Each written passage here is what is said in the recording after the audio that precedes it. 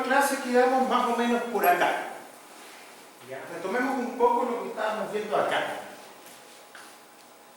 El análisis modal espectral, ¿cierto? El análisis modal espectral es lo más común que vamos a ocupar en el diseño, ya sea estructuras industriales o estructuras habitacionales.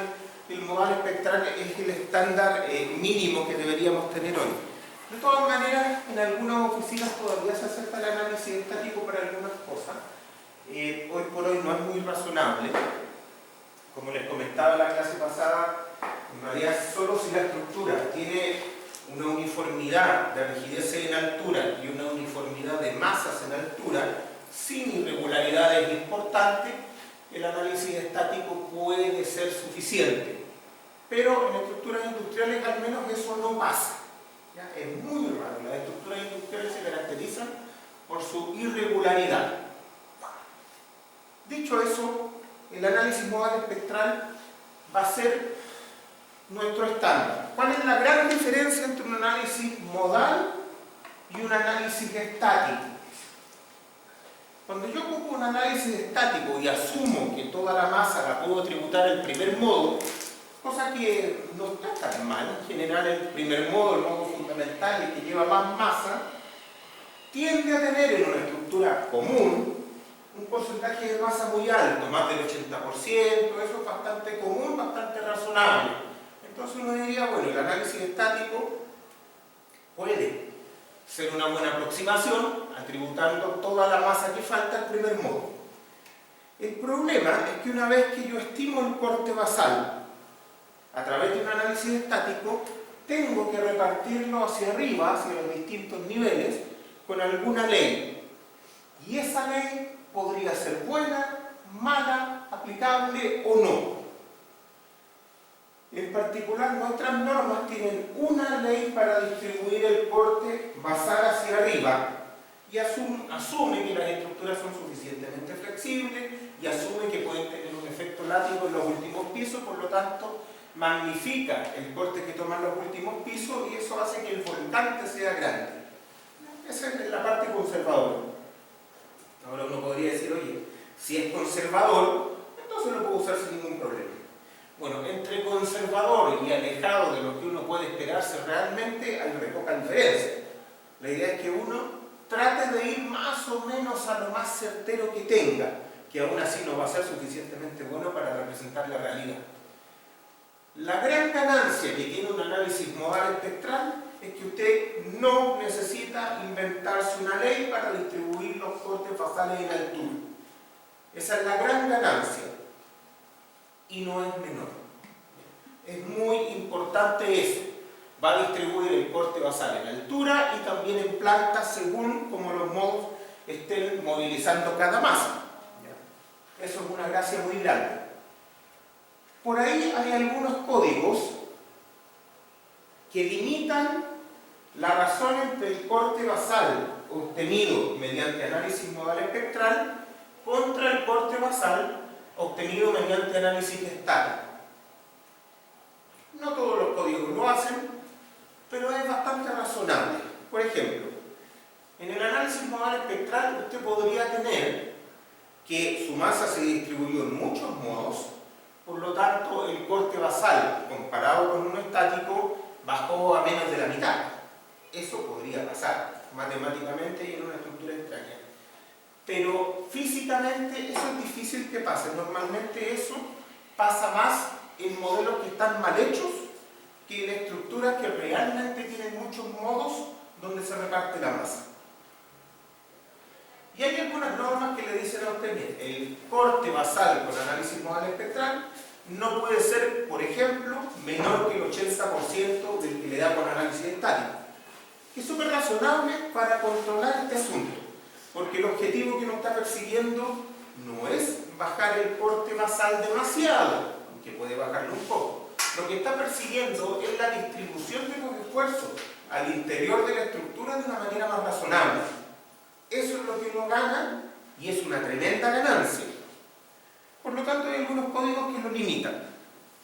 Ahora, en lo matemático, si el modelo es bueno, esa limitación no debería existir. Pero es práctica. Nuestros códigos hasta el momento no han hecho una limitación clara de eso.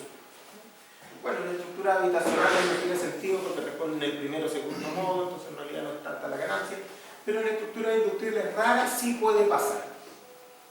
Entonces tengamos harto cuidado con eso. No es el objetivo primordial del análisis modal espectral bajar el porte excesivamente, sino más bien distribuir al interior de la estructura las fuerzas que nosotros estamos generando para poder hacer un buen análisis, ¿ya? Eso es lo que buscamos. Dicho eso, volvamos un poco a estas ecuaciones y tratemos de entenderlas un poco. Primero, el análisis modal antes de espectral. ¿De dónde viene esta cosa del análisis modal? De una respuesta elástica que uno quisiera evaluar. Elástica porque tengo K por U, ahí el M, el C y el K son matrices, ¿cierto? Matrices cuadradas de N por N. Cuando yo trato de resolver esto, si yo tengo el U sub G2 puntos, ¿cierto? Tengo el vector de colocación ahí con unos en las direcciones laterales, toda la cosa, esto yo no puedo resolver. No hay un problema para resolver esa ecuación. Esa es una integración, ¿cierto? Una integración directa de todo este problema que es de N por N. ¿Ya? Se puede hacer. El tema es que es muy caro computacionalmente. Desde ese punto de vista, se propone, ¿cierto?, crear una base de vectores ortogonales con los cuales, ¿cierto?, uno pueda pre- y postmultiplicar el problema de manera que estas tres matrices terminen siendo diagonales. Si son diagonales, entonces en realidad ya no tengo un problema que integrar de n por n, sino que tengo n problemas de 1 por 1. Esa es la gran gracia. Ahora, la base para diagonalizar las matrices típicamente va a ser los modos de vibrar, las formas de vibrar, ¿cierto?, que son los vectores propios del problema K y N, ¿cierto? De solucionar ese problema de valores y vectores propios van a salir las formas modales y van a salir las frecuencias modales al cuadrado. Y de ahí saco los periodos de cada una de esas formas. Esa es una base, la más usada, pero pueden haber más bases para ortogonalizar el problema. ¿Ya? Entonces, ojo, es la más usada, es la más común, es la que típicamente vamos a ocupar, pero no es la única. Hay otras e incluso mejores. Bien, nosotros hemos asumido que esas formas modales significan algo en la vida real.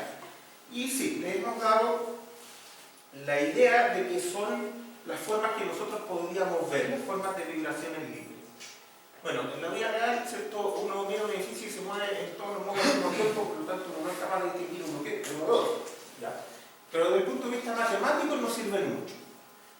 Es mucho más barato resolver un problema o n problemas de 1 por 1 que resolver un problema de n por n. Muchísimo más barato computacionalmente. Y por eso que el análisis modal, ¿cierto?, es la primera forma en la que yo trato de resolver las integraciones en el tiempo. Esa es la gracia que tiene, que es mucho más barato. Ahora, rápidamente uno se va a dar cuenta también que la certeza numérica del resultado final yo la puedo obtener con menos que los n modos. Normalmente la puedo obtener contando los modos que tienen mayor masa modal, ¿ya?, que no participación modal, masa modal. La masa modal es el indicador de cuánto contribuye cada modo en la respuesta final, no el factor de participación modal. ¿Ya? Entonces, ojo, cuando yo tengo los modos con mayor masa modal, me doy cuenta que son esos los que contribuyen de mayor forma a la respuesta final. Por lo tanto, empieza a abrirse la posibilidad también de decir, oye, a lo mejor los modos que contribuyen con poca masa modal, ni siquiera tengo que resolverlo ni considerarlo. Y esa es una gracia muy grande del análisis modal. Y es lo que se ocupa en la práctica, ¿cierto? Normalmente un problema o sea, un problema de una estructura de acero común y corriente tendrá, no sé, 100, 200 grados de libertad. Por lo tanto, tendrá 200 modos. Pero normalmente lo puedo resolver considerando los primeros 10 o 20 modos y tengo casi una certeza total de la respuesta. Y esa es una gracia muy grande. En el caso de elementos de hormigón, estructuras de hormigón con elementos finitos, ya saltamos de los 100 a 200 a los 2000 o 3000 grados de libertad. Por lo tanto, se hace absolutamente inviable hacer algo que se parezca a la integración directa o algo que se parezca a un análisis modal con todos los modos. No lo hacemos, no es práctico y no es necesario. Y otra vez, lo más probable es que movilizando los primeros 10 o 20 modos en una estructura normal vaya a tener la mayor certeza posible de la respuesta. Desde ese punto de vista, el análisis modal es una tremenda choriza. O sea, agarrar esta, pasarlo por los modos de vibrar y transformarlo en una cosa de este tipo es una ganancia muy grande. Claro, y siempre que yo pueda tener esta cosa en esta forma, ¿cierto? Y tengo mi registro, voy a poder resolver. Incluso voy a poder resolver con cualquier registro, pero en algún momento me voy a dar cuenta, cuando diseñe, que no tengo registro. Por lo tanto, toda esta cuestión se va a la punta del cerro. Todo lo que conversamos funciona cuando tengo registro. Cuando no los tengo, esto no tiene ningún sentido, no sirve para nada. Claro, porque esto viene de la integración en el tiempo de la ecuación de movimiento para cada grado de libertad. Pero si yo no tengo el U sub G, todo esto deja de tener sentido. Y ahí es donde alguien dice ya, yo no tengo el U sub G, pero tengo este problema en esta forma y yo sé que realmente lo que me interesa es solo el máximo de desplazamiento. O sea, para cada uno de los n problemas de 1 por 1, a mí me interesa que de n llegue al máximo. Nada más. Eso es todo lo que yo quiero. Ahora, para cada uno de estos n problemas, yo puedo hacer eso porque cada uno de estos problemas tiene un amortiguamiento y tiene una frecuencia. Y me puedo meter al espectro a ver cuánto se formó. Eso lo puedo hacer. Para los n problemas de 1 por 1. Entonces, tengo amortiguamiento, tengo frecuencia, puedo resolver el de n. O sea, puedo llevar esta ecuación, básicamente, a su solución modal. O sea, el máximo, para buscar el de n máximo, lo puedo leer en el espectro. Por lo tanto, cada uno de esos grados de libertad, cada una de esas historias, puedo tener el estimador máximo de deformación. Eso es clarito. Bueno, y con el estimador máximo me puedo devolver, ¿cierto? Sacar los esfuerzos, las deformaciones, todas las cosas dentro del modo. ¿Cuál es el problema grande? Que cuando yo tenía el U sub G, podía devolverme matemáticamente, ¿cierto? Porque salía acá, premultiplico, multiplico y vuelvo a llegar al U. Cuando yo solamente tengo el valor máximo del d sub n y no la historia del d sub n, yo no me puedo devolver. Porque yo no sé cuándo se produce este máximo en cada uno de los modos. En líneas generales se va a producir en distintos instantes de tiempo en cada modo. Podría ser que en algunos temas cerca, pero típicamente se va a producir en distintos tiempos. Entonces yo no puedo pensar que ese máximo se produjo al mismo tiempo en todas estas cosas y entonces yo me devuelvo sumando toda la respuesta. No, eso no pasa. Entonces el problema que tenemos acá es cómo, después de resolver cada modo, vamos a combinar todas estas soluciones. ¿Ya? Ahora, ojo que el valor de deformación espectral es el input, pero a través de eso yo sí me puedo volver y calcular en ese modo las deformaciones, los esfuerzos, lo que yo quiera dentro del modo, a partir solo de ese valor. Lo que yo no puedo hacer es saber cómo mezclo los resultados de un modo con otro modo. Eso no me lo da esta formulación. Y por eso que después aparecen las reglas de combinación modal. Y son esas reglas de combinación modal las que a nosotros más nos interesan, porque tenemos la resolución por modo. Lo que no sabemos es cómo volver a juntarla. Y esas propuestas de reglas de combinación son las que las normas eligen después. ¿Cuál es la mejor para cada caso? ¿Qué es lo más obvio y más bruto quizás? Es decir, bueno, la respuesta, piensen quizás en la deformación de techo, que es lo más simple que uno se puede imaginar, la deformación de techo. Es decir, bueno, ¿cuál será la deformación que representa todos los modos en conjunto y que representa la estructura? Bueno, será la suma de los valores absolutos en cada modo. ¿Ya? Y sí tiene sentido en medio bruto, eso sí, es llevar esto inmediatamente al máximo. ¿Sí? ¿Por qué se le da el nombre de deformación de techo? ¿Por qué es la deformación del techo? ¿Pero sería la máxima deformación? Sí, pues, estamos pensando aquí en cualquier indicador. El RLS puede ser cualquier cosa dentro de un modo. Puede ser el esfuerzo en la base, el momento en la base, la deformación del segundo piso, la deformación del tercer piso, cualquier cosa. Para que sea fácil más, propongo que sea la deformación lateral del techo, que es algo que no puede ser fácil de visualizar. ¿Ya? Tengo una deformación de techo distinta en cada modo. Entonces, lo que me dice esta regla es, bueno, tome el valor absoluto. Primero, sí, es importante que esta cosa entendamos que son valores absolutos, porque los modos son formas. Por lo tanto, pueden ir para cualquier lado, ¿cierto? Un modo y menos un modo, hablándolo matemáticamente, es exactamente lo mismo. Por lo tanto, me interesa el valor absoluto de lo que se corre. Bueno, y si yo sumo todos los desplazamientos de techo en todos los modos, yo sé que ese es un estimador de lo máximo que puede pasar. Tengo claro que si yo hubiera tenido el registro y hubiera hecho toda esta integración en el tiempo, el valor de techo va a ser menos que eso, con toda seguridad. Ahora, que sea un estimador máximo, que sea un estimador conservador, ¿me sirve? Bueno, siendo conservador algo puede aportar, pero ¿cómo andará con la respuesta? Puede ser excesivamente conservador. Y algo que es excesivamente conservador no me sirve para diseño. ¿Ya? ¿Qué otra regla hay? Por ejemplo, agarre todos los deformaciones laterales del techo y haga un SRSS, que es la raíz de la suma de los cuadrados. Ya tiene más sentido, es más intuitivo, pero tiene un problema.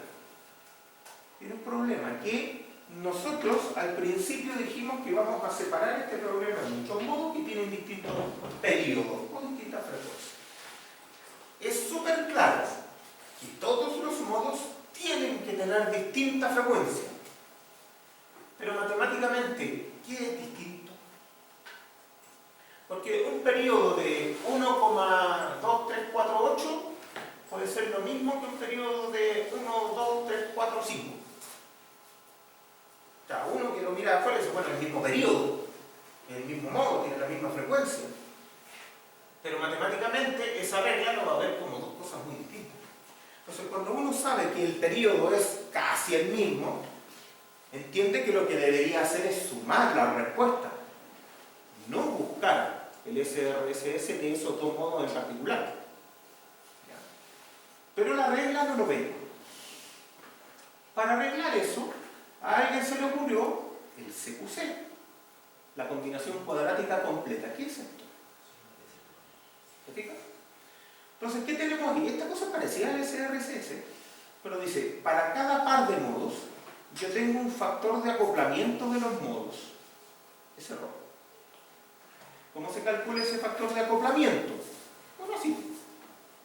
¿Te fijas? Bueno, aquí puedo tener distintos amortiguamientos para distintos modos, esto no es lo más común. Lo más común es que uno, cuando está analizando la superestructura, por simplicidad, tampoco es tan bueno, pero por simplicidad, le ponga el mismo amortiguamiento a cada modo, ¿cierto? 5% para hormigón armado, en el caso industrial, 3% para estructuras de acero apernada y 2% para estructuras de acero soldadas o que no deban disipar energía por las conexiones. Entonces, normalmente vamos a tener el mismo amortiguamiento modal para todos los modos, salvo cuando nos metemos con interacción suelo-estructura, y a lo mejor vamos a querer poner algunos amortiguamientos un poquito mejor en aquellos modos que den cuenta de la interacción con el suelo. Podría ser. Ahora, ¿pueden hacerlo? Pueden hacerlo. ¿Típicamente se hace? No. Típicamente usamos un solo amortiguamiento para acá. Entonces tenemos que calcular los ρ. ¿De qué depende el ρ? Ah, del acople de frecuencia. Ya, ahí empiezo a entender. Entonces ese ρ me va a decir qué tan lejos está un modo del otro. Para eso sirve el ρ. Cuando las frecuencias, ¿cierto?, se acercan, entonces esta regla tiende a sumar la respuesta en esos modos. Cuando las frecuencias se alejan, tiende al SRSS entre esos modos. ¿Se fijan que ahí está la multiplicación y la regla?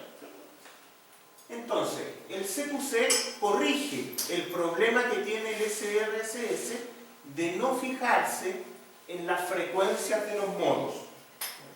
Por eso es que típicamente las normas ocupan esta regla de superposición, el CQC, por defecto.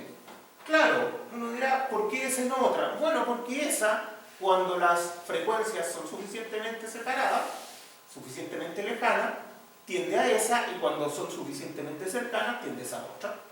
Por lo tanto, en realidad es una buena regla, pensando en que cubre todo. No digo que vaya a predecir bien, digo que considera todo aquello que debería considerar. Bueno, tenemos la regla. ¿Cuál es el problema? Que esta regla es jodida, porque tengo que calcular el ρ para cada una de estas cosas. En cambio acá agarro simplemente el resultado en todos los modos y lo meto. Y listo. Es medio jodido desde el punto de vista del cálculo. Ahora, ¿qué les puedo decir yo? En una estructura normal, común y corriente, que no tenga una rareza muy extrema, estas cosas tienden a converger al mismo número. Por lo tanto, si yo estoy haciendo algo a mano, no voy a usar CQC, voy a usar esa. Y si yo estoy haciendo esto con un software, voy a usar esa porque no tengo para qué preocuparme de lo que hace el software. Cosa muy importante acá de entender es la respuesta superpuesta. La respuesta superpuesta siempre va a ser positiva, por definición. Tiene que ser positiva. ¿Ya? Eso significa que si usted está evaluando la respuesta superpuesta de un análisis modal espectral para una estructura y le sale que el esfuerzo axial en una columna es positivo, eso no significa que esté traccionada la columna. Usted tiene que entender que le dio el valor absoluto del esfuerzo axial y esa columna está al mismo tiempo comprimida y traccionada. Ese es el resultado que usted tiene de esto. ¿Ya? No le digo que le sirva ni cómo usarlo, le digo que ese es el resultado. Los dos signos al mismo tiempo. ¿Ya? Ese es el resultado de un análisis modal espectral. Otra cosa. Las respuestas superpuestas son el final de la historia. Yo no puedo hacer trabajos con ellos. ¿A qué me refiero?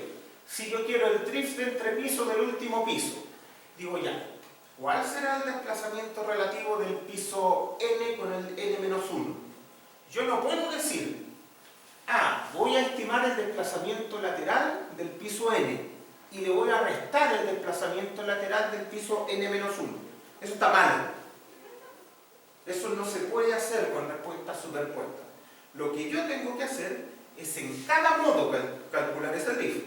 En cada modo yo digo cuál es el desplazamiento del último piso menos el piso anterior y ahí tengo el drift. Y una vez que tengo ese valor para cada uno de los modos, lo superpongo con la regla que corresponda.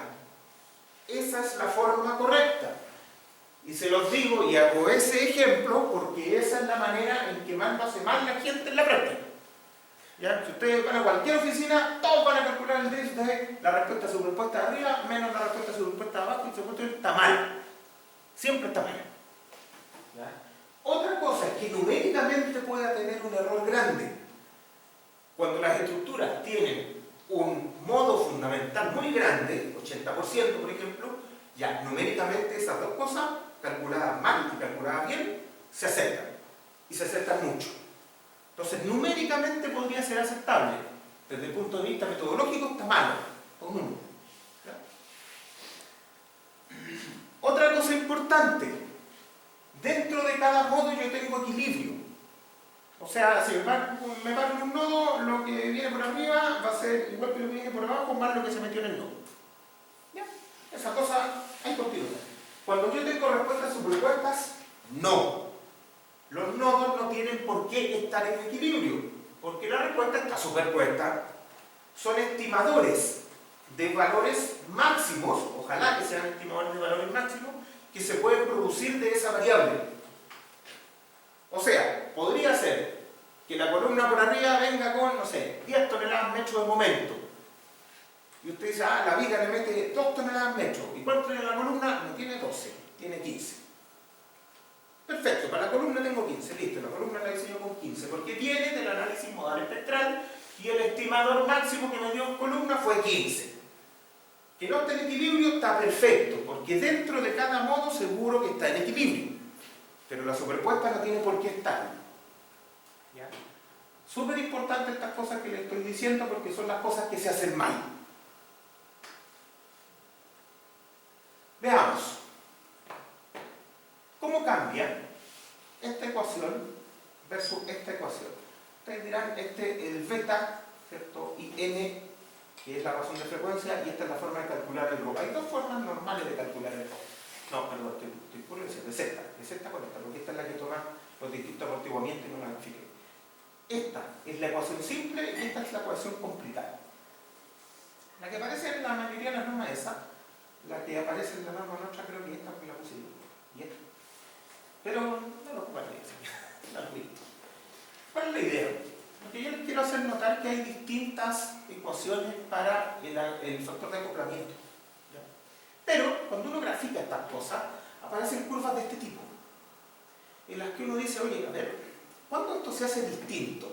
Porque, a ver, aquí grafico para el 2%, el 5%, el 10%, el 20%.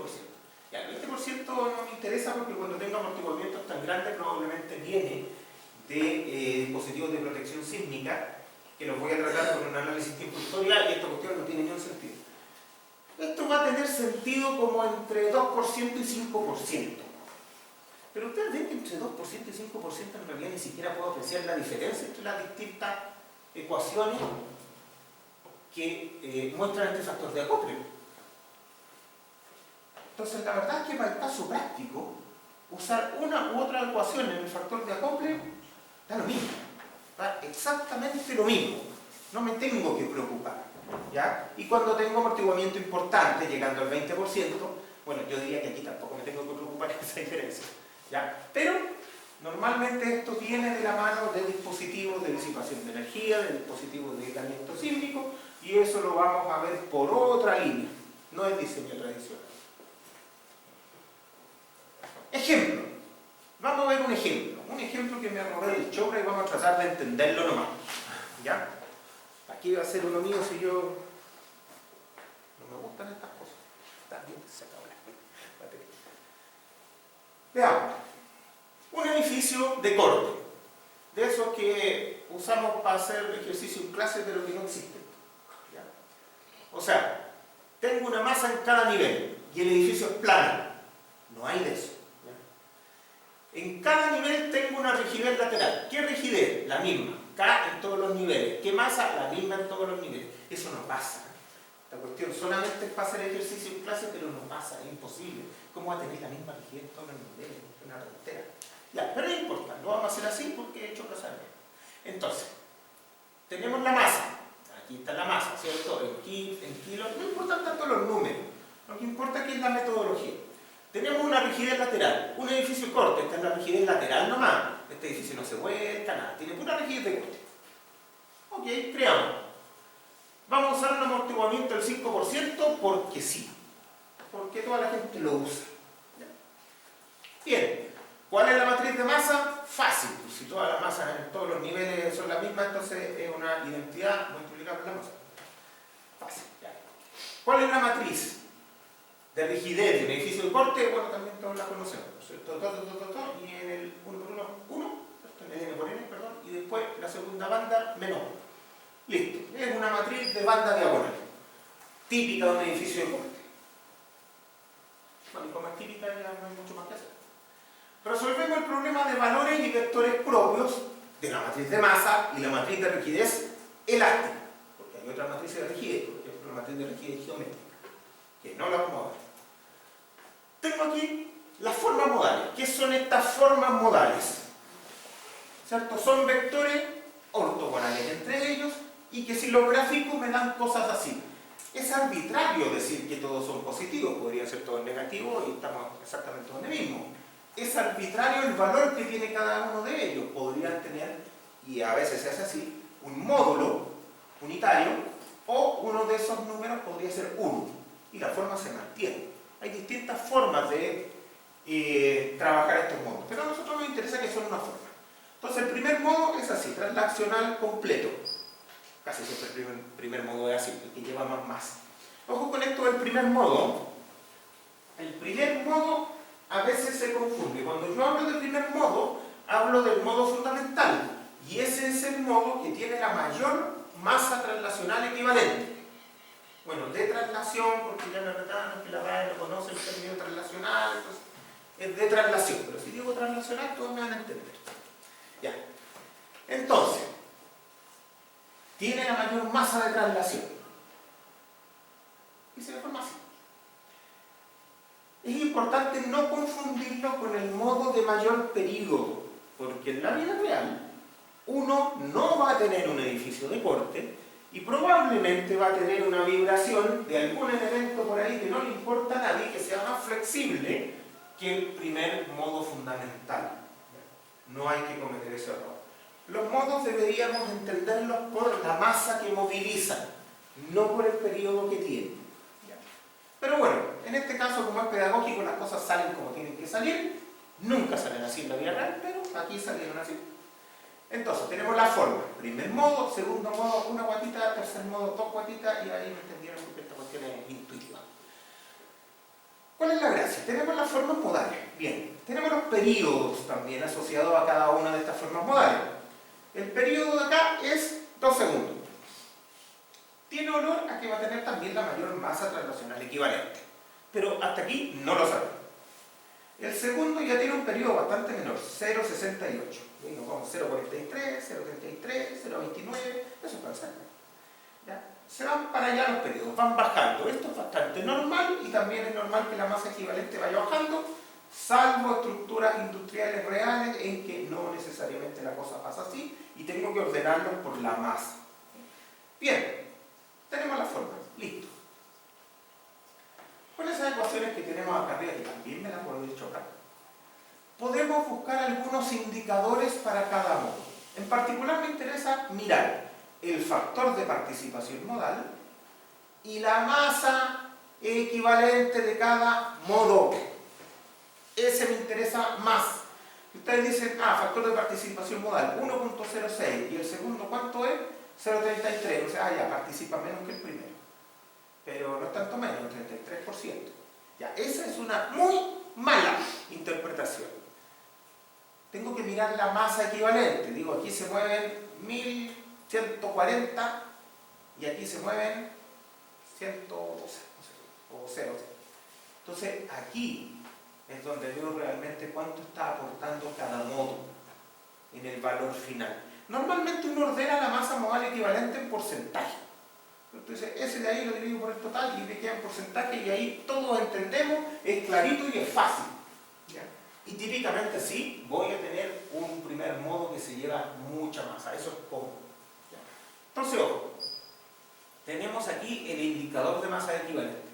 Con este indicador de masa yo diría, mira, ¿sabes qué? Si yo aproximo la respuesta del conjunto por el primer modo, parece que está bastante buena. O yo esperaría que estuviera bastante buena. Ahora, si le sumo el segundo, parece que la mejoró harto.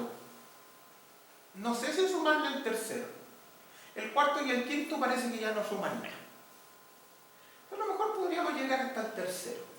No sé. Pero claramente, lo que yo espero que aporten estos últimos dos modos en la respuesta total de esta estructura es bastante menos que lo que aporta el primero. Y esa es la gracia que tiene el análisis modal. Aquí yo podría decir, ¿sabes qué más? Me voy a olvidar del 4 del 5 y mi problema pasó de ser de 5 por 5 a ser de 3. Y ya me ahorré harto. Bueno, como esta cosa es pedagógica, tenemos que ponerle un registro. ¿Y qué registro le vamos a poner? El de siempre. Esta cuestión tiene que ser el del centro porque tú usa Chopra para todo. No lo dice, es el del centro. Bueno, no para ningún registro. ¿Qué tenemos acá? De n en pulgadas, ya, desplazamiento. ¿De qué cosa? Vean, respuesta, desplazamiento y pseudo-aceleración para sistemas de un grado de libertad. Ya, o sea, esto es para cada modo. Bien, entonces tenemos modo 1, 2, 3, 4, 5. Bien, vemos los desplazamientos, el CN. Esta cosa, ¿cuánto se movió? 5,4, esto 2,5, esto ya se va moviendo menos para acá, ya. Pero una cosa muy importante es que los máximos no se producen en el mismo instante. Claro, como aquí tengo el registro, aquí sí voy a poder, con el registro que tengo, que debe ser del centro, puedo agarrar esta historia y devolverme y tener la respuesta exacta. Aquí sí puedo, pero después lo voy a ver con un modal espectral y a ver si salió lo mismo o no. ¿Ya? Esa es la gracia de esto. Poder comparar lo que me sale con una aproximación de lo que me sale con el valor real, ¿cierto? Aquí tenemos los valores reales y los podemos mirar. ¿Ya? O sea que están todas estas aproximaciones, o sea, no aproximaciones porque estas son las respuestas en cada modo real. Bien, las tengo acá. Ahora, vamos a verlas, vamos a ver otra respuesta. ¿Qué dice acá? Corte basal y en el quinto entrepiso, contribuciones modales. A ver, entendamos esta cosa. Dice, modo 1, 2, 3, 4, 5 y el total. Claro, puedo tener el total que no es la suma de los demás, ¿no es cierto? Esta cosa yo me devuelvo con las ecuaciones y llego a la respuesta superpuesta. Veamos acá. VBN. Ya, eso es el V basal en el piso N. En el techo. Ya, la fuerza de techo será esto. Y dice, ¿cuánto tiene el modo 1? 60,4. ¿Cuánto tiene el total? 73. Ya, igual se arrancó un poquito. El segundo pone 24. Ya, entre esos dos podría haber un buen peso. Ya, pero aquí, fíjense, 9,8, 2,9, 0,5, ya, estos otros como que no suman mucho. No sé, ok, aquí si considero el primer modo, igual estoy súper lejos. A lo mejor considerando los primeros dos podría llegar a esto. Estoy pensando hacia adelante porque ojo que esta es la respuesta, la historia de respuestas y la puedo tener dado que tengo el registro.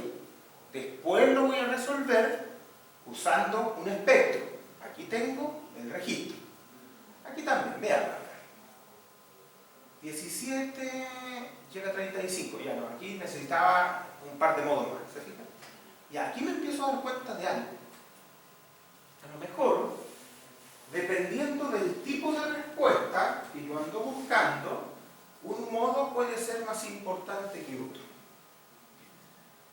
¿Por qué es importante eso?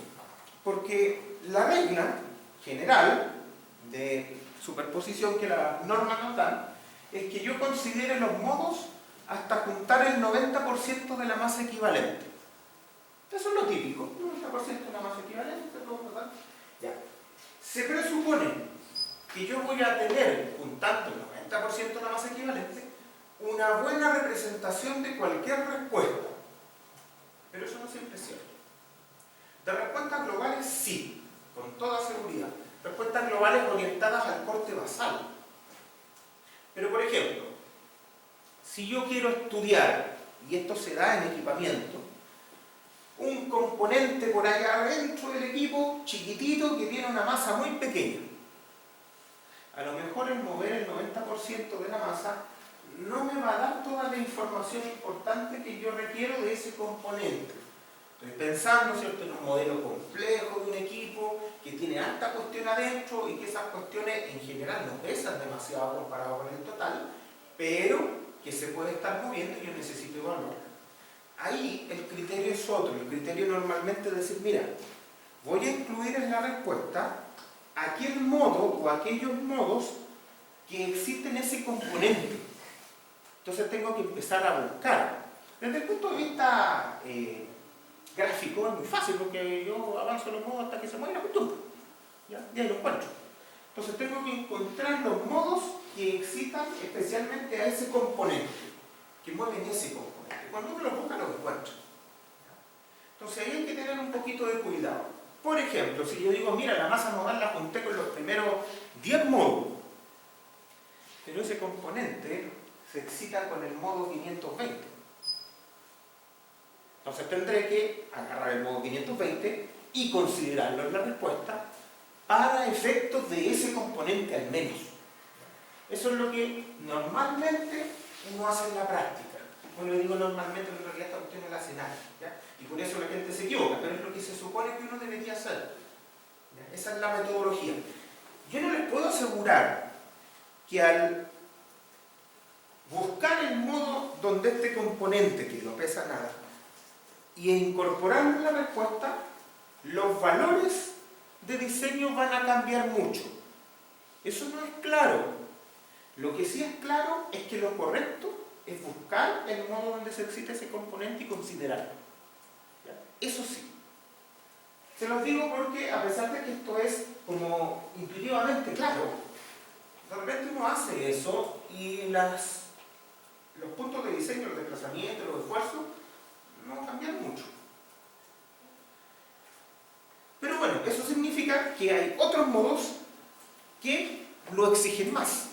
Pero no significa que yo no deba considerar el modo local. ¿Ya? Mucho cuidado con ese tipo de cosas. Cuando uno hace análisis de vibraciones también, uno dice, a ver, ¿cómo voy a analizar las vibraciones de las losas de los distintos pisos? Claro, tengo que buscar cuál es el modo que excita la losa fuera del plano, que se empieza a salir. Entonces yo, esa es la frecuencia de esa losa. Y veo si tiene algún equipo arriba o alguna cosa que la pueda excitar en la misma frecuencia y entonces tendría un problema. ¿Ya? Pero esto del análisis modal tiene harta más utilidad que simplemente la parte sísmica aquí de superponer cosas. ¿Ya?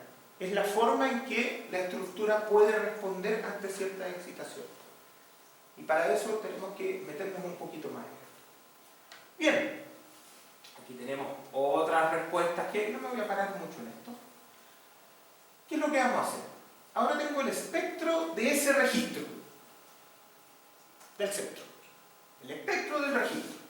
Ya. Como tengo el espectro del registro, ahora lo que vamos a hacer es que para cada modo, como tengo los periodos, voy a leer cuál es el desplazamiento en cada modo. Y los leo. Y bueno, son los mismos que había visto antes porque vienen del espectro. ¿Ya? Con eso, con ese D de cada modo, yo puedo calcular lo que quiera. Me devuelvo al modo. Por ejemplo, aquí voy a calcular las U. ¿Cuánto valen los U? Los U valen el D1, que lo leí, ¿cierto? Por el Φ1 y por el factor de participación 1. Ya, y ahí están los desplazamientos en todos los pisos.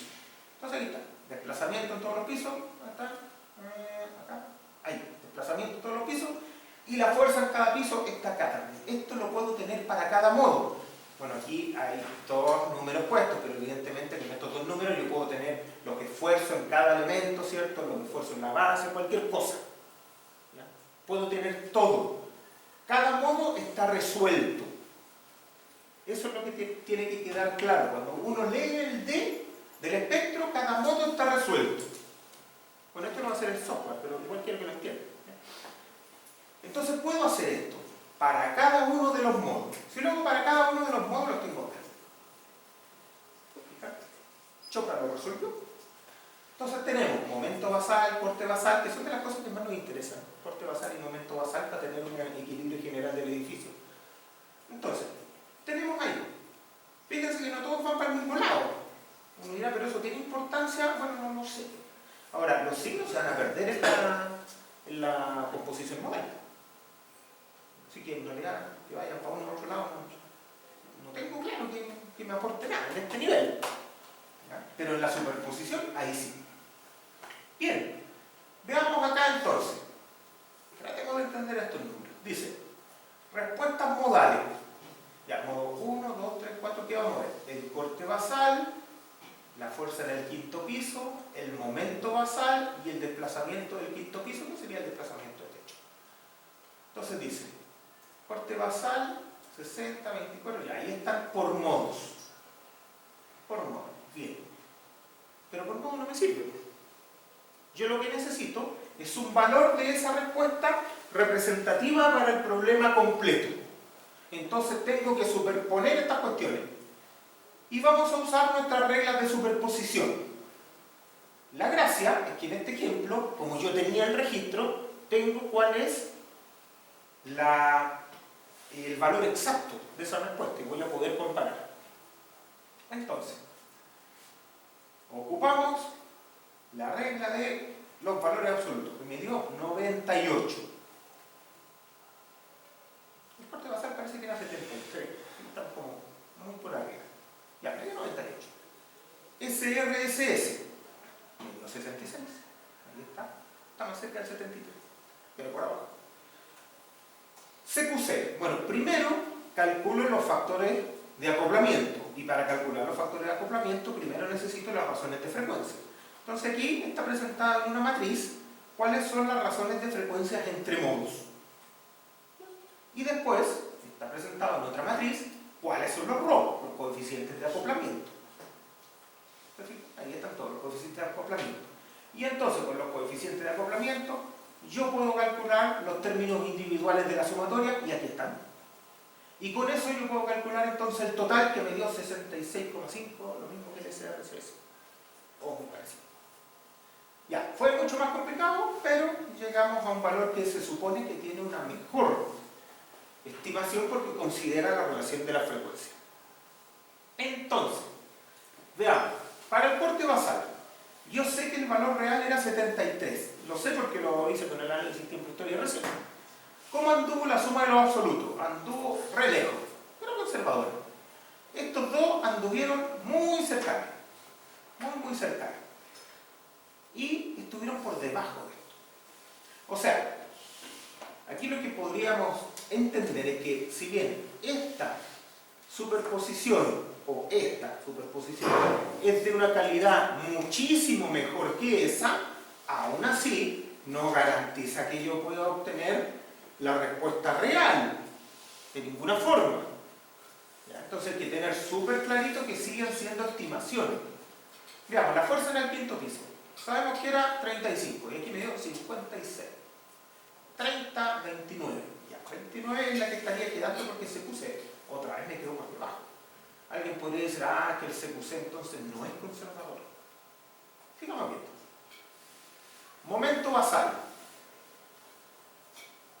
6.000, 2.500, 2.500, 2.590. Aquí el CQC fue súper certero. Súper certero. Y deformación de techo. 7,9, 6,8, 6,8, 6,8. Fíjense, en estas dos variables el CQC fue súper certero. Y en estas otras no lo fue tanto. ¿Significa eso que está malo? No. Es una regla de superposición como otras y es la mejor que tenemos hoy día. Hay que entender, eso sí, que no significa que sea exacta. Nunca es exacta. Y tiene distintos niveles de certeza para distintas respuestas. Por lo tanto, yo voy a poder, y aquí estoy inventando, voy a poder tener un estimador para el esfuerzo axial de una columna o para la tracción en un anclaje, el corte en el anclaje, y voy a tener números. Pero no necesariamente esos números tienen la misma confiabilidad. ¿Ya? Los voy a tener que usar para el diseño porque no tengo algo mejor. Pero no necesariamente todas las respuestas tienen la misma confiabilidad. ¿Ya? Cuidado con eso. Y ojo que aquí estamos usando los 5 modos, lo que significa que estamos movilizando básicamente toda la masa. Bien, comentarios del análisis. Esto se lo voy a leer y a ver si tengo algo más que sumar a este comentario. Es un diseño basado en la resistencia. El diseño consiste en obtener esfuerzo en los elementos. Sí, no nos olvidemos que este análisis modal espectral va en la dirección del diseño tradicional, en la dirección del método de las fuerzas, que es obtener fuerzas de diseño para después asignar resistencia o verificar la resistencia de los elementos que tenemos. ¿Ya? Para eso es el análisis modal espectral y para algunas otras cosas.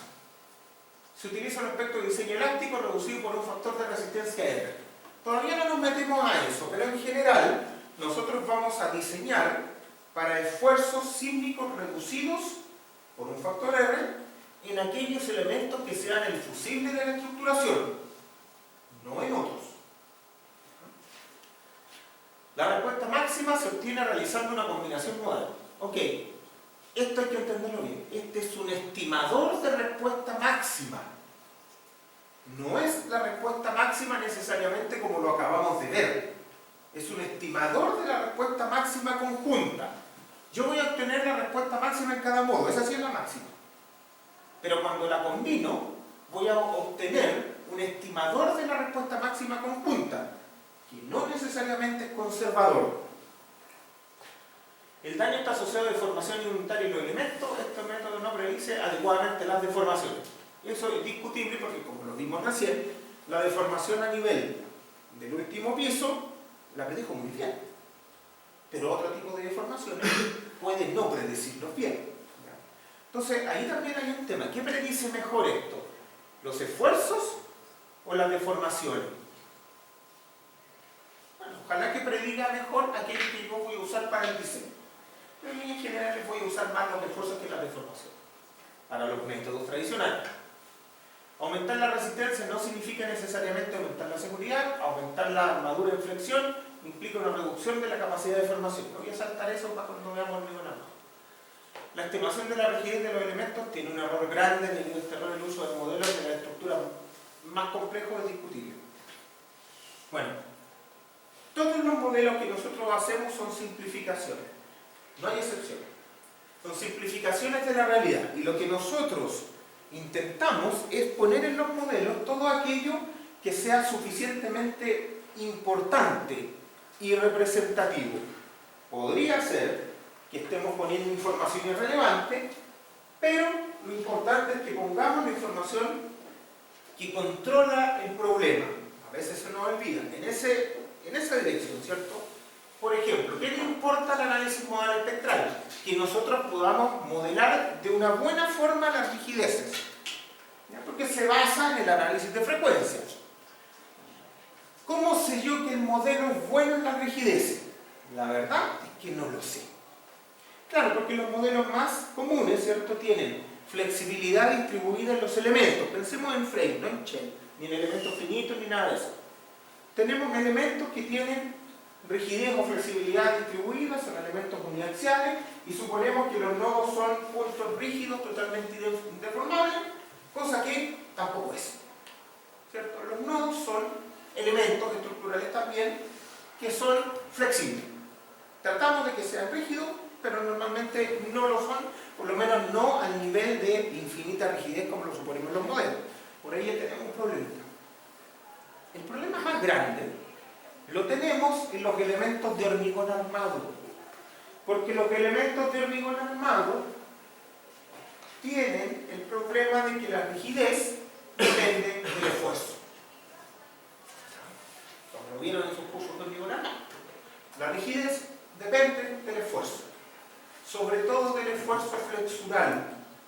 En compresión, tracción, uno dice, bueno, en compresión el hormigón alrededor no hay un problema. En tracción, bueno, cuando se aprieta ya la rigidez en tracción depende solo de la armadura. Pero en flexión, y en flexocompresión en particular, la rigidez flexural está muy amarrada con la rigidez axial. Intuitivamente, ¿no? Para que sea fácil. Cuando yo tengo, acá voy a tener el momento y acá voy a tener la curvatura. Pensemos en un elemento de hormigón armado común y corriente, cuadrado con armadura perimetral. Si no tiene carga axial, probablemente su curva, momento, curvatura va a ser así. Si yo le pongo carga axial un poquito, su curva, momento, curvatura va a ser así. Si yo le pongo harta carga axial, su curva, momento, curvatura va a ser así. Y estos son los puntos en que está colapsando el elemento. Cosa importante, el elemento, mientras más carga axial le pongo, tiene menos ductilidad, evidentemente sí. Pero una cosa importante, para la misma curvatura, yo llego con distintos momentos. Y eso significa que tiene distinta rigidez flexural. ¿Alguna vez lo han considerado el modelo?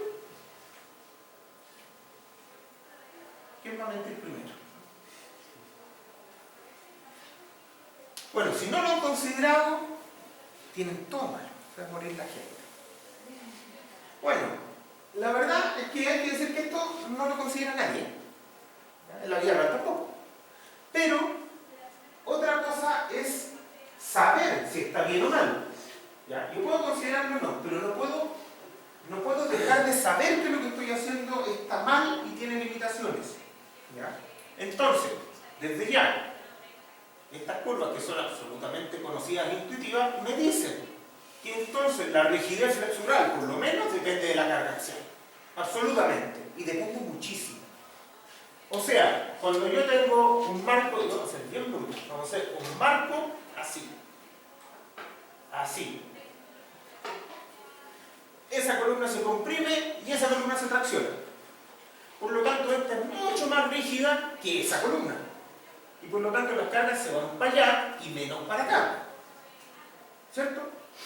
Y eso me va a llevar a que se tenga más ganadora la flexión, que tenga más corte y que ese empotamiento sea más exigente. ¿Y alguna vez lo consideraron? Ya, nadie lo considera. Pero existe y es real. Así funciona la no linealidad de la rigidez de los hormigones. Ahora, acá en Chile tenemos un tema con eso, y es que la 433, entre sus indicaciones explícitas, nos dice: modele con secciones no agrietadas de hormigón armado, con secciones nominales. ¿Cómo trabaja el hormigón armado? Agrietado, si no lo necesitaríamos. Si no, sería desarmado. Bueno, si el hormigón trabaja agrietado, no lo reconocen nuestros modelos. ¿Qué problema puede tener eso?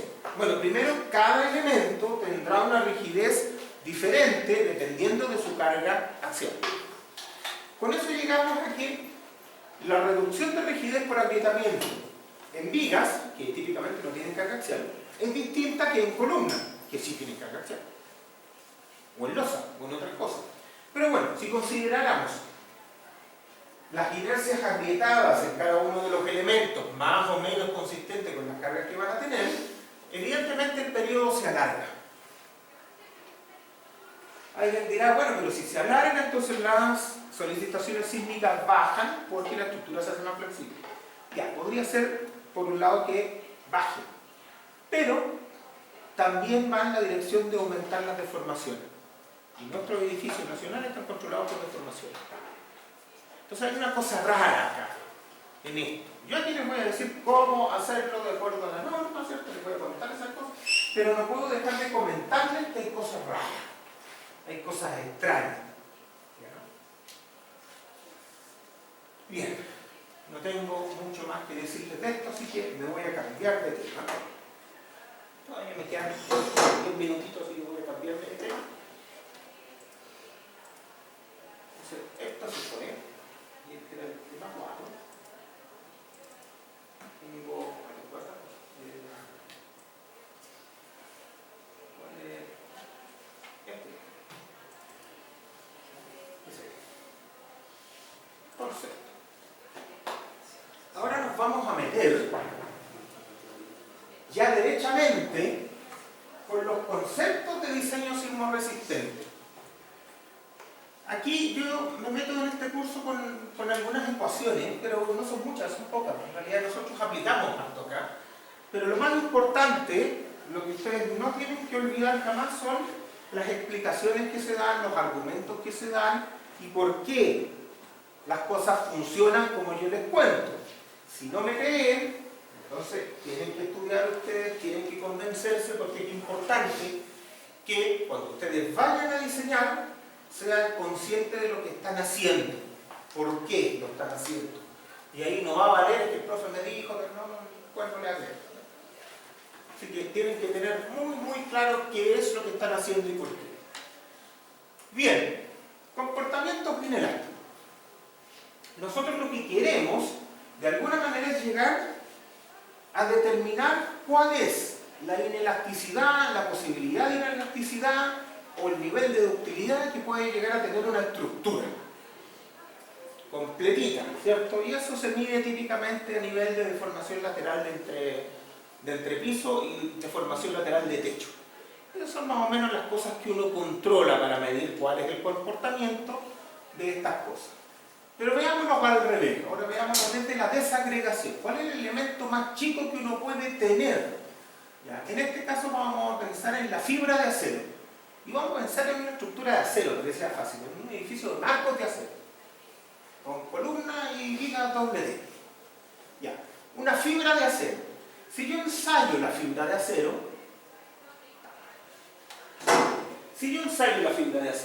¿cierto? Le meto una maquinita, la empiezo a estirar, ¿cierto? Pensando en un acero común, un acero A36, ¿cierto? De todos los días, en algún momento esta cosa va a empezar a fluir, o algo que se le parezca, y en algún momento esta cosa se va a cortar. ¿A cuánto falla un acero común? Un acero común y corriente, un acero dúctil. Más o menos cuánto falla. A niveles de deformación.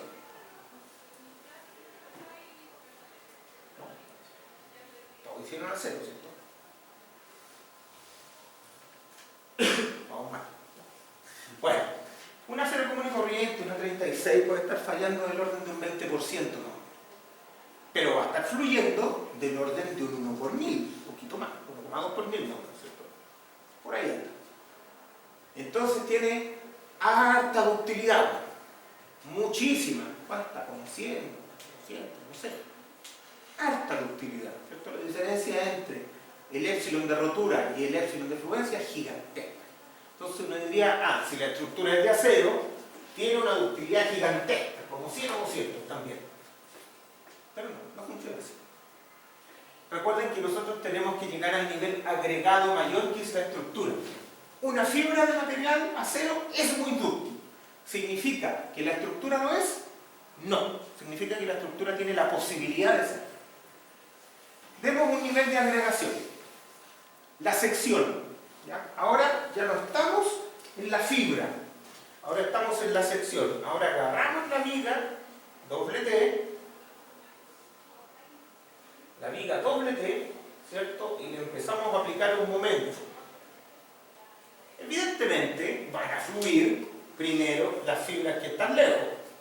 Las que están en el eje no van a fluir porque necesitaría una curvatura infinita para que eso pase, ¿cierto?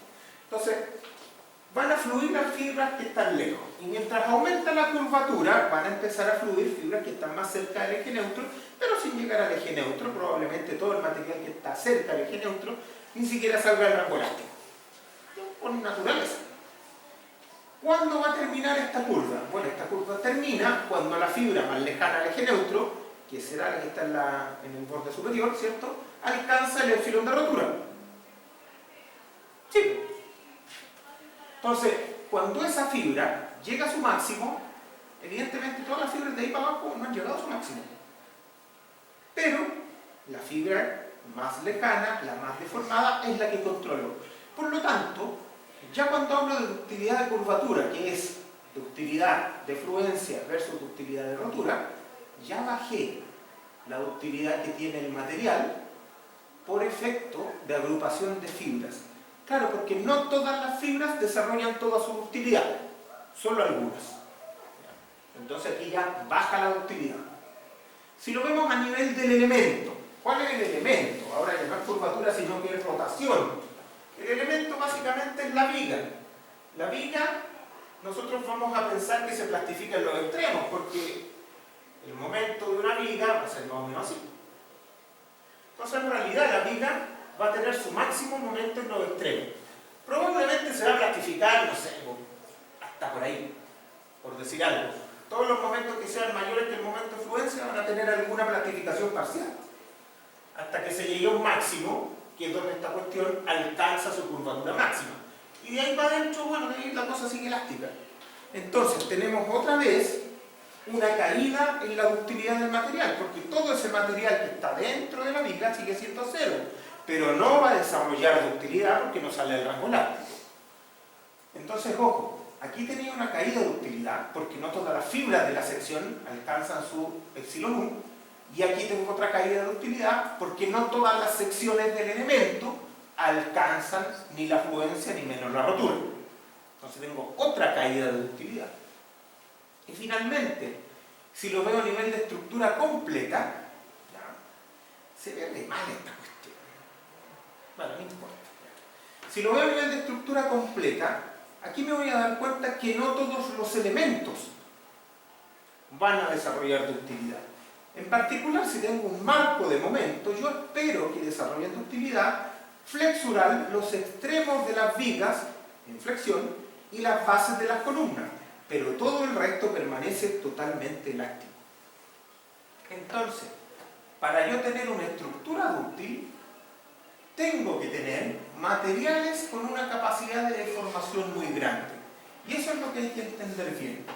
En cada uno de estos sistemas de agregación, yo voy a ir teniendo una caída en ductilidad muy importante. Por eso que hablamos de ductilidades de estructura acá, que son bastante pequeños comparado con el material. Yo les decía que el material tiene una ductilidad de más de 100, pero acá vamos a hablar de ductilidades a nivel de estructura de 4, 5, no sé, por allá. Pero no vamos a llegar a ductilidades muy grandes porque la estructura no tiene una capacidad de deformación tan grande como el material. Y eso hay que entenderlo. Eso pasa en acero, pasa en hormigón armado. En madera no, porque la madera no tiene el problema de la ductilidad, la madera funciona elástica y la ductilidad está en las conexiones. Ahí es un poco distinta esa cosa. ¿Ya? Pero con nuestros materiales estrella en la ingeniería nacional, que son el hormigón armado y el acero estructural, funcionan de esta forma. ¿Cómo mido yo la ductilidad, por ejemplo? Supongamos que aquí tengo dos edificios de marco, de hormigón armado, de acero, lo que ustedes quieran, da lo mismo. Los edificios en principio son exactamente iguales, ¿cierto? Pero uno falla de esta manera y otro falla de esa manera. Aquí tengo ductilidad distribuida en todo el edificio. Aquí tengo ductilidad concentrada, que no tiene por qué ser malo si es que yo desarrollo la ductilidad que requiere mi problema sísmico. Pero supongamos aquí que las columnas son exactamente iguales, simplemente que alguien acá se puso, no sé, le dio por innovar y puso la viga un poco más resistente, entonces la rótula plástica se produjo en esas columnas y no en la viga. Cosa que no es tan rara. Pero ya, acá tengo entonces, ¿cierto? Tengo que se van a ir produciendo todas esas rotulitas plásticas hasta que se produzcan todas. Cuando se produce la última, esta cosa se transforma en un mecanismo, ¿cierto? En un mecanismo que no tiene rigidez, pero tiene resistencia. Y entonces, ¿cuánto alcanza eso? Bueno, una deformación de techo suficientemente grande. Cuando empezaron a generarse las rotulitas, entonces partió esta pérdida de rigidez. Bien, si ahora yo tengo esta otra forma de falla y pienso que las columnas son iguales, bueno, básicamente aquí esto se va a poder deformar hasta que las columnas alcancen su capacidad de giro máxima, que es la misma del agua. Si eso es así, la deformación lateral que voy a tener aquí en el techo, básicamente es n veces más chica, si n es el número de piso y estas cosas son todas iguales. Entonces, simplemente por el modo de falla, y ya ni siquiera por los elementos, esto tiene una ductilidad que es n veces más chica la de allá, por lo menos una ductilidad medida en base a la deformación lateral del techo. ¿Qué me informa esto? Me informa que, claro, el área bajo la curva, que es energía, que puede absorber esta estructuración, es notablemente mayor que la que puede absorber esta otra estructuración. Y el sismo normalmente lo que hace es demandar absorción de energía y disipación de energía. Por lo tanto, esta estructura, por la forma en que está fallando, tiene muchas menos posibilidades de permanecer bien que esta otra. Siempre vamos a tener este asunto, siempre vamos a entender que la ductilidad distribuida al interior de una estructura es mucho mejor que la ductilidad concentrada, en términos generales de diseño tradicional.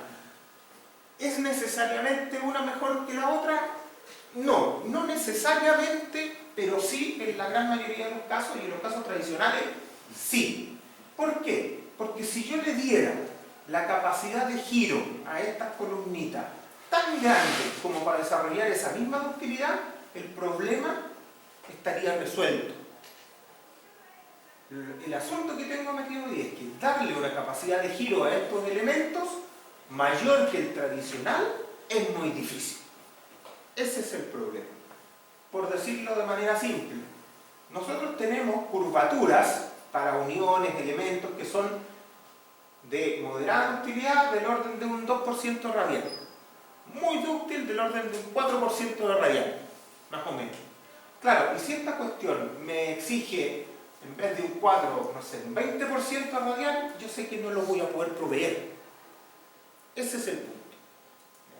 En cambio, si logro estructuraciones que me exigen giros locales, que están dentro de lo que yo puedo proveer, sí voy a poder desarrollar mecanismos dúctiles más generalizados.